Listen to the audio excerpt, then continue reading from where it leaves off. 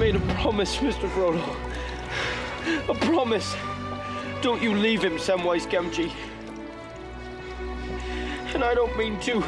J.R.R. Tolkien's seminal fantasy trilogy, The Lord of the Rings, was deemed by Hollywood unfilmable until a director named Peter Jackson came along, and we are talking about number 15 in our countdown of the 100 greatest films of all times. Yes, it is The Lord of the Rings trilogy. This spanned from 2001 to 2003. Yeah, it's pretty hard to imagine any other filmmaker now having the guts or the balls to tackle this work again. Fly, you fools!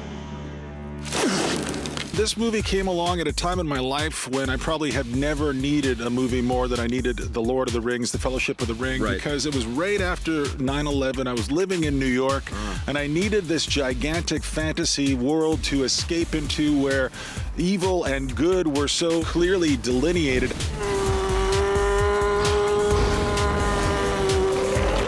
It was a homecoming because I had loved these books growing up, and I couldn't believe here they were coming to life in all of this lavish glory. I mean, obviously, Peter Jackson, tons of reverence for the source material, in awe of the world that J.R.R. Tolkien had created. His facsimile in filmic form, I know a lot of Tolkien scholars take issue with it, but I think they're wrong. I don't think you could imagine a better film version of these unfilmable books. The guy hired artists that worked on the book designs for Tolkien's books when they were first published. This is someone that loves this material as much as anybody, and it was handed to somebody that was perfectly suited for the role, and he cast actors that were perfectly suited for all of their roles.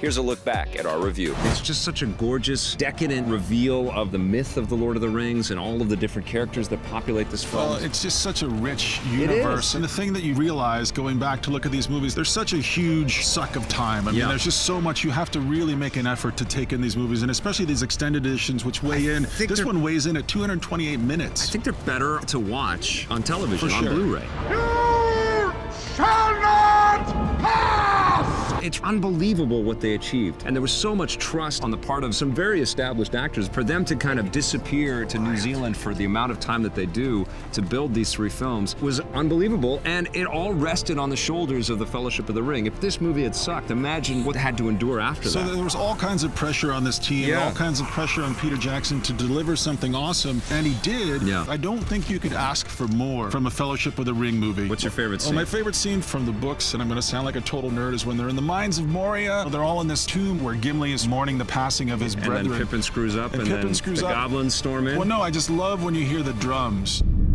We just dove into the Two Towers. We've watched the extended version and some of the special features on this Blu-ray collection, this compendium. What did you think? Well, let's borrow the Star Wars metaphor. This is the Empire Strikes Back equivalent in the trilogy of movies. It gets very dark, this one. I think it's very dark, and it's the scale grows, and, you know, we have the battle for Helm's Deep at the very end, and, of course, this is Peter Jackson weighing in with his Cecil B. DeMille kind of epic battle scene, and wow, is it ever a battle scene. This is one of the best battle scenes that I've ever seen. I'm on 17!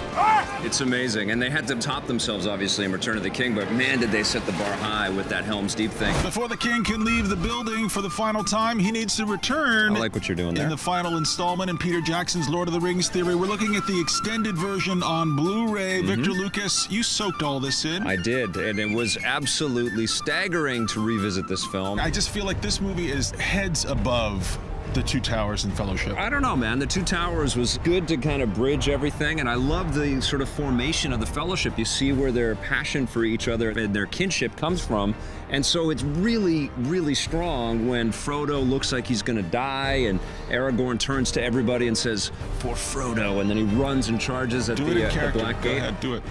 For Frodo. Terrible. So congratulations to Peter Jackson, to the Lord of the Rings, to the great country of New Zealand. You are number 15 in our countdown of the 100 greatest films of all time.